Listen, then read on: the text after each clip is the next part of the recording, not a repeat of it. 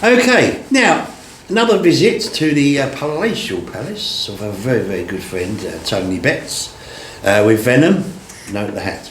And I'm now here with Eliot Ruben, top man, who got in touch with me, does a lot of stuff with the drag racing community, and you've done a lot of stuff since you've been involved. So when did you really start to get involved with drag racing and following drag racing, and when did you first go? Yes, it all first started at the age of 10. My first visit to Pod, and that was it, caught the bug, like most of us. But it wasn't until a few years ago that I was just, filming for fun with my mobile phone, just capturing the memories. And eventually I was saying to my friends in the grandstands, I want to do more than this, because I don't want to just be a spectator. Like, I want to do a little bit more. So I started filming a bit more more intensely, I guess you could say.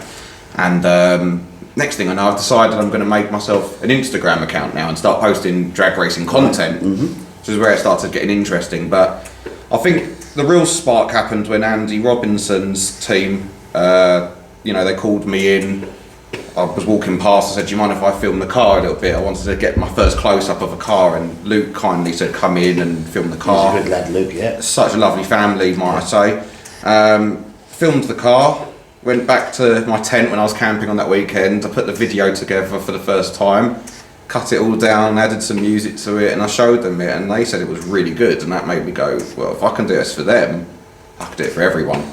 Right. And I felt this is my way of giving something back to the community, and it's super fun as well. Like, I get to enjoy the best sport on the planet, and this is my way of giving back, giving some good positive exposure to these teams and drivers, that provide us with all this amazing entertainment for decades. Yeah.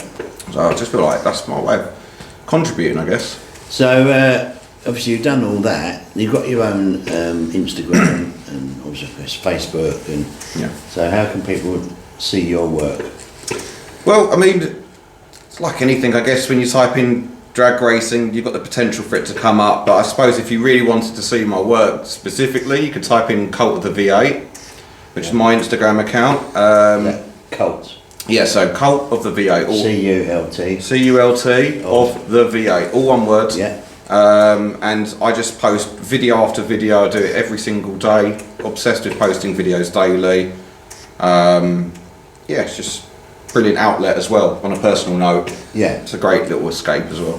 So it helps you along, gives you a bit of an interest. 100%, yeah. I mean, I've been in music my whole life. I've always been in bands and performing live and stuff.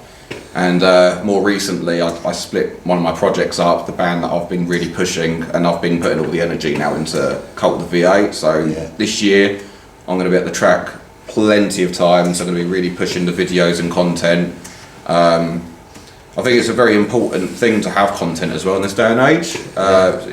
Not only does it help sponsorships and teams get things they need, I think it's nice for people that have never experienced drag racing to have that exposure online as well. Yeah, I mean, there is, what you're doing is fantastic, and this is what I'm doing, because obviously I do a lot of interviews with other types of people. Yeah. But the drag racing I wanted to get back into, had a conversation with Dave originally. Dave's been to some of the other interviews and now I've done at events, but the drag racing, Lisa said to me, do you want to get involved? So we got a visitor there. That's right. So anyway, so basically, oh, you filming? No. Yes. So anyway, basically, I wanted to get back into the drag racing, but it's been a long time since. And yes, I have kept in touch with people, but like when you're no longer around and you get forgotten about and everything else, and it's always been a big part of my world. And then obviously now I'm back. Yeah. Then I had all my illness back in 2020 right. and everything else. Yeah. And now obviously I messed myself up again. But I've always had the fascination since the 80s with drag racing. Hard not to. Yeah, and then I was thinking, the cars would come out and everything else, and then it was just a different ball game then. And then in them days, you was meeting the likes of the Stones, Dennis Priddle, and all those sort of people, Bob Jarrett, and Gary Page, John Spafford, all of them, Harlan Thompson, all of them. Yep. They was all out there doing their stuff, and they were good days. Obviously, you started a lot further in, yes, but you have hit that bug. Oh yeah. So on a social media side, are you looking to make this a bit more special, or you just do what you're doing? You know what? I would love to see Cult of the V8. Obviously, like all content creators, we'd love more and more people to join us on our journey.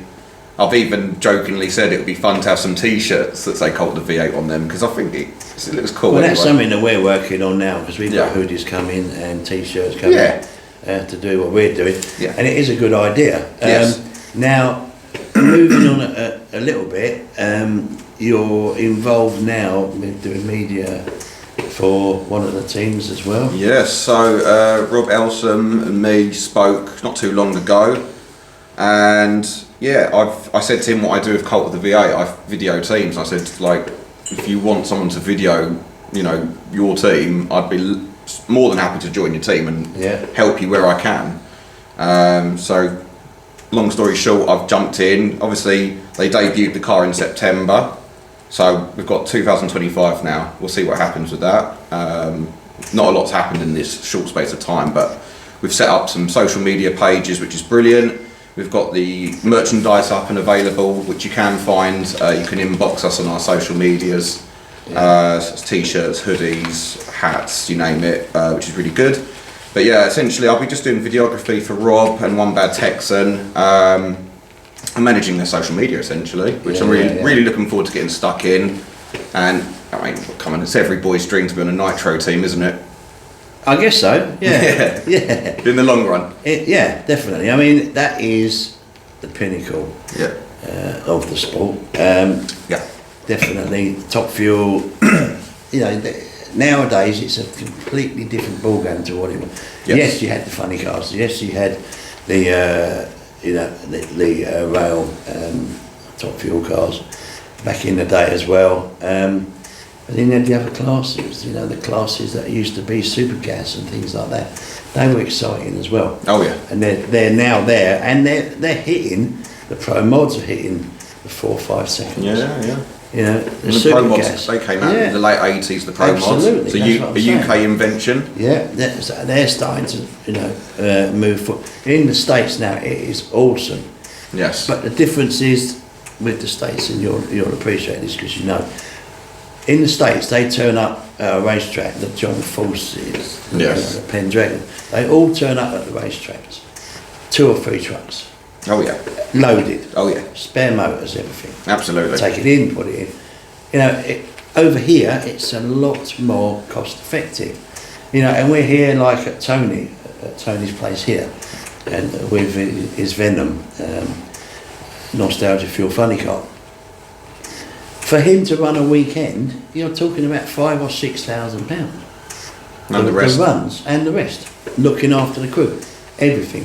Oh yeah. It's extremely expensive, the sport. It's very, very expensive. I think that's something people don't realise as well. It's another reason I capture videos and do Cult of the V8 is I guess in the back of my mind I'm a little bit like, there is going to come a day, touch wood not in our lifetime, where it's going to really start to decline because of the expenses, and that's the harsh reality of running nitro in Europe at the moment, and even in America. It's always been a battle, even from the late 80s, early 90s. It was always a battle about transporting nitro to the UK. That was going to be a big battle then. Mm-hmm. And you've seen a lot of, over the years, you've seen a hell of a lot of what I would call celebrities in the game over here. Oh yeah. Now, and they're great people. And then you've got the people like you said, Andy Robinson, John Webster, unsung heroes. Yeah, people like obviously Tony. Yes. Then you've got like Freddy's Revenge. The who are they? Silver Lady. Silver Lady. Silver Lady. They are the Silver Lady. Well, we've still got the outtakes for that, don't we? Yeah, it is Silver Lady, isn't it? Our good friend Silver Lady just up in Essex there. They're all doing like Pro ET. So all of them people make the sport. Oh, 100%. And, and yes, there's a cost. People don't realise, but for a Pro ET car, 500 quid for a 8-second pass. yeah. But not only that, it's the tyres. Oh, yeah. 500 quid. Crazy. It's nuts. Yeah, I know. It's insane. You know, And they all come from America as well. Yeah, all these they're all things. transported over here. Absolutely. You know? And all of that is fascination. And then people come and stand there and look at it. And I just love seeing people's faces. Oh yeah. Like say for instance, people come, you bought you a good lady, like stand them on the bank, and a top fuel car goes or a jet car goes, and it's shaped like woo. And that's where she first saw Nitro, and I had the pleasure of bringing her to experience it for the first time. I love bringing people to Santa Pod. I love them seeing what it is I can see in the sport, and many others see in the sport. And I do think whether you're into cars or not, you can love this sport. It is insane. It's adrenaline filled. It's got nostalgia to it. It's got such a compelling background to it as well. Yeah. Plus, people don't realise, if you've never been to drag racing before, you can actually walk around the pits. You can go and meet the team. It's a very open pit. And 9 times out of 10, if they're not busy, the teams will chat to you. Oh yeah. They'll talk about their cars. They'll talk about what they're doing. And that goes right the way across the board, and everybody's happy to chat to you. Absolutely. I mean, some of the teams even let you sit in their cars. I mean, I've sat in Venom, and privilege, absolute privilege. Yeah. Yeah, oh yeah. So this is what I'm saying. The teams are so good. And It's a lovely community. I mean, I've been around a lot of different motorsports, and I've seen various motorsports, Whelan Cup, European NASCAR, and I've gone Brands Hatch most of my life and Silverstone and stuff like that, but can't get in the pits. One, you can't get in the pits, and two, in general, nothing compares to drag racing. I mean, to put into perspective, a Top Fuel dragster's got the equivalent power of 65 Formula 1 cars all in one engine. Yeah. It's insane. It's 11,000 horsepower. And then you've got the G-force. You get a G-force in the Formula 1 5.5 Gs on takeoff, negative 6.5 on the chutes deploy. It's insanity. Yeah, when you understand the physics of it, it makes it's like it Red Arrow. It's like the Red Arrows. It's insane. It's pilot G-force. 4 or 5 seconds. Yeah. It's mad, isn't it? Yes. But people, it is very, very important. Yeah. And that people understand the drag racing world and how much fun it is to watch, even get involved in. And this is why, people like myself and even my good friend Sean Bow, who runs Strip Clips, people like us, we do this we do it because we love the sport, it's fun, we do it in our spare time constantly, this is our way of contributing, and we think it's important that people get to see the recordings of these moments, records being made, drag racing being filmed as a whole, because like I said, it's such an expensive sport, and this. Nothing lasts forever in life, and if I can be responsible for capturing the next decade or 2 or 3's worth of footage, and be one of the people that do that, and so be it. I will do definitely. that. There's a lot of people that are out there right now, like Mark One Kieran's fantastic, and he's brilliant. He's worked his way up. He's really worked hard, and he's quite inspiring for people like me that have just started doing it properly. And I hope to one day, be on his level with it all. Yeah. He's doing it really well. He's amazing at what he does, and I love his videos. Yeah. And I think, what, if I love his videos, why Have not? you ever been stateside? No, not yet. That's something you should do. Oh yeah, you should definitely. Oh yeah, all to come. Yeah. It's amazing. Tony's been out there so many times, Bakersfield and so on. Yeah, that's where he gets all his stuff from as well. So yeah, it's a very, very interesting community. It's amazing. Yeah. Oh yeah. So okay, so where do you want to take yourself now, and within the drag racing fraternity? And I mean, the absolute end result one day would be to say, I've got my own car and drive it down the track. Like a lot of us would love to dream and say that, but I think realistically, in the next 5 years, I'd love to see, growth in terms of how many followers coming into the page. I'd love people to just enjoy what I do more. I'd love to get more involved with other teams and helping them. I'm just here to help and build the community up, especially in this decade. It's interesting since COVID. It's coming back together again. We're starting to see a larger rise in teams and drivers. We've got the return of Liam Jones this year. yeah, Liam. Yeah. Oh yeah. Good old Liam Jonesy. Big lad. Yeah, oh yeah, he's the one. Yeah, no, he's a good guy.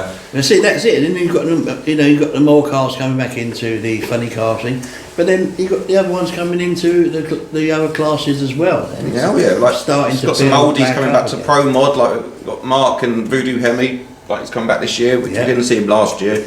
So it's going to be a really good year for drag racing, and I'm hoping I can be at the track as much as possible to capture as much as I can. Yeah. And yes, again, it's my way of contributing essentially at the moment. Yeah. So, moving on then for the future, let's hope your site builds up and everything else. Say hello to Sean for me. No, big shout out to Strip Clips. Yeah. He's known me a long time. Obviously, he was a radio fan originally. Yeah. Yes. And yeah, so I think we'll try and get you to do one with Tony in a little while, just as a super fan and so on. But being a fan like you are and wanting to put in everything back into it, this is how it works. This is how we keep it alive, and I'd say this to a lot of people. I probably drive most people insane with my passion and excitement for it, but like I say to them, go and watch these portable earthquakes and come back to me and say that wasn't the best thing you've ever experienced in your life. Yeah. It's that simple. Yeah. It's that simple. Absolutely. Not much more to say. It's all about what you experience there. It's been great to catch up with you. I've always said for this year we'll catch up and do this. Oh yes. It's good to have people like you out there doing what you're doing. Yeah. And it's good for the sport, and it's good for Centrepod Raceway as well. Here you've got other new tracks started up. Yeah. Menston, that's a sort of. Well, they're extending the track in Malta even, aren't they? Yeah, and Malta they've had to. Yeah. Get bigger So now it's going to be classes It's going to be FIA compliant soon. Absolutely, yeah. So that's all happening. Everything's building. So you've got a nice runway brung track down at Manston starting up now with Paul Marston and go. That'll be somewhere else that the cars can go there and have a little play. Melbourne as well, yeah. So there's stuff out there. Oh yeah. That's it, Absolutely. And then obviously the bigger events, the more lifestyle, and obviously proper drag racing events as well. I mean, Centrepod Racers Club, their meets as well, Summer Nationals and so on. They're all great meetings to go to. Oh yeah, absolutely. I would always say to people, don't limit yourself to just going to the main event or the Euro finals. Like, go see, Spring Speed for the sportsman classes. Even if you like your music, go to Bug Jam or it's a vibe. It's USC. It's more to it than just cars good, as well, isn't if it? you're into that sort of thing, that's fine. It's all good. There's a lot more to going to a Centrepod event than just cars. It's the people, it's the atmosphere, the music, like you say. And the stunts and all that. Oh yeah, the stunts, monster trucks, if that's your thing. Yeah. Can't say no to Fun that. fairs. Yeah, rides and stuff. It is a vibe. I really enjoy it. As soon as I get out the car, you touch down on the grass and the campsite, I feel a surge of adrenaline and happiness kick over me. That Something I really wanted to do, I don't know if it ever happened, probably has, but to have a simulator or a top fuel car. Oh, that would be cool, wouldn't it? That'd be cool. Well, there is that video game out, NHRA Speed for All game. It's on Xbox. I know you don't have an Xbox, but yeah, that's fun to play. It's the closest you might get at the moment. That would be great. 4 seconds of your own life just gone in one night. Yeah, that'd be cool. Absolutely. No, that's the plan. The plan is definitely capture as much content as I can. The videos are important, to preserve and capture these moments. My life is literally behind the lens when I'm at Centrepod. So you see a guy with a red baseball cap backwards and a big microphone on the front of his iPhone, because I do everything from my iPhone. Right? Yeah. I'm going to look to get a good camcorder at some point. But to be honest with you, the iPhone's got such a brilliant camera on it. It's the microphone blew on it last year, so I had to get an external microphone. And it's not expensive to be a content creator. No. It's just you just go have the heart, the drive, no pun intended. And that's it really. I've got the microphone, the iPhone, and I stand there patiently filming every single race. I've got probably 1,500 races per event I'm at. Yeah, that's cool, isn't it? Yeah. Definitely. So, tell us how people can have a look at your pages again. Yeah, just type in Cult of the V8 on Instagram, and it would be _Cult of the V8 on TikTok. There'll be a Facebook page up soon. I haven't gotten around to doing that yet, but Instagram and TikTok right now. And at some point, I'm going to do some YouTube work. 100%. Going to get some nice 30-minute videos together and get the camcorder. Yeah, that's cool. That's the future for Cult of the 8 at the moment. In Yeah. terms of a short-term goal, a long-term goal, we'd like to see some clothing eventually with it, just to help some more teams out. Essentially, obviously, if there's any teams listening in, But they reach will out. obviously get in touch through myself, or obviously through our good man here. And so yeah, get in touch. We'll put you in touch, or just get in touch directly. And yeah, get some help if you need it. Absolutely. And you know, he's a bloody good chef as well. Oh yeah, I'm a chef by trade. Yeah, Yeah, I've been yeah. a chef for nearly 10 years now, so I do enjoy a bit of cooking. But yeah, if there's any teams that want a chef, don't hit me up for that. I don't want to miss the racing. At the moment, Yeah, that's it. I don't want to miss the racing. So get in touch, and thank you very much indeed. It's been an absolute pleasure. You're the top Always. man. And we'll catch up again. We're going to go and have a beer shortly, and then you can have your own little tour around Clacton. Absolutely. And yeah, so we'll move on. We'll see you very soon. And yeah, what we'll do is we'll catch up later on in the season and see how things are going and whatever. Yeah, that'd be awesome. And if you're, you know, come on board with us as well, Yeah. to move us forward, that's great. So yeah, fantastic. Thank you to the lady for bringing him down here. Yeah, the lady Penelope of the drag racing world. Absolutely. Parker. Part of the team. Driver. Parker Penelope. Yeah, yeah. So that's, oh yeah. So yeah, it's all good. Thanks, as always, to our cameraman Dave. Yeah. And producer as well. So yeah, brilliant. Thank you very much. Thank you, Tony Betts. Hopefully we can get him over here in a minute, and we'll do a little bit with him as well. Don't miss one. Yeah, thank Awesome. you. Thanks, guys.